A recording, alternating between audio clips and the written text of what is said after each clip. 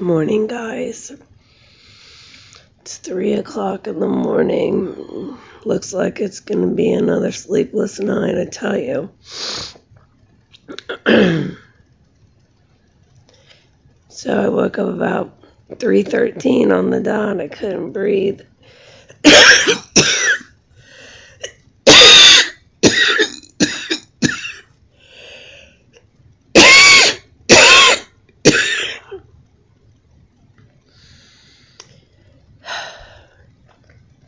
I decided to do it live just because this is what my nights are like.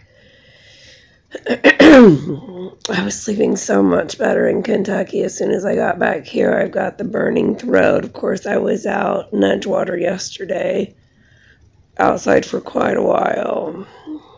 Not on the 18th Street Canal, but not far from it.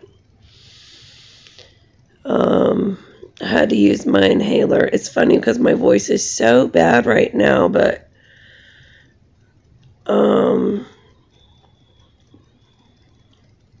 not last night, but the night before when I was flying back, my best friend and I were doing carpool karaoke, and I did not sound like this. It's just interesting that here I am back in Edgewater and all this throat stuff is back and burning and swollen. And it's hard for me to catch my breath, so I can't go back to sleep. So I guess I'm just going to be up until the biopsy. I know that stress makes the asthma worse too, so maybe that's part of it. It's just really hard to breathe. My chest feels very heavy, very tight. I'm so tired though. I want to sleep so badly, but I can't. I finally just gave up. 9 o'clock's gonna suck.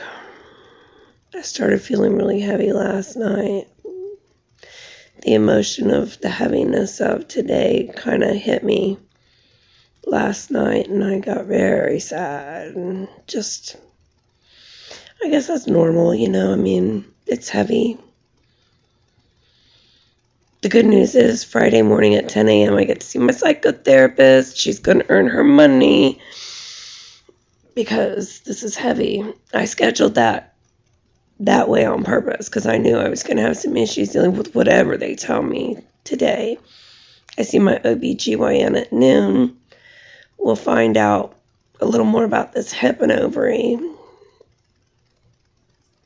But clearly I'm not going back to sleep, so... Toxic exposure to cyanobacteria, hashtag toxic exposure to cyanobacteria.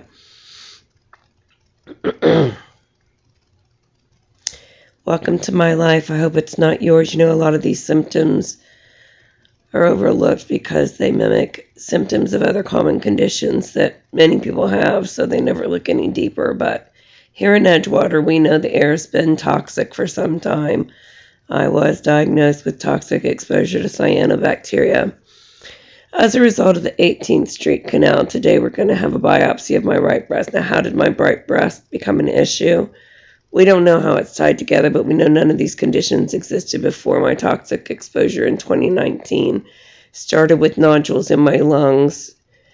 Then my right ovary has something wonky going on. I'm not sure he wants to do a laparoscopic procedure.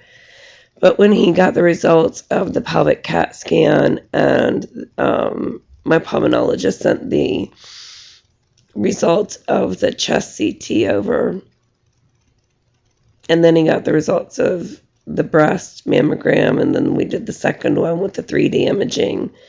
He said, well, we need to wait and see what's going on with you overall because clearly something's going on in your entire right side, and laparoscopic procedure may not be necessary or appropriate depending on what the CAT scan shows. So it's odd because every doctor I went to has a copy of that CAT scan and none of them would read it to me. So I guess today I get to ask all those questions and I don't even know what it's going to say. All I know is they called me and told me that my right hip, my right ovary, my inner thigh, and my right labia are involved. I don't know what that means. It's really frustrating. But I'm going to be doing the lives today because this is a big day. So I'll be taking you guys along this hashtag toxic exposure to cyanobacteria journey. Sorry for the middle of the night live, but this is what it's like to live with toxic exposure to cyanobacteria, and this is part of it. Daggone.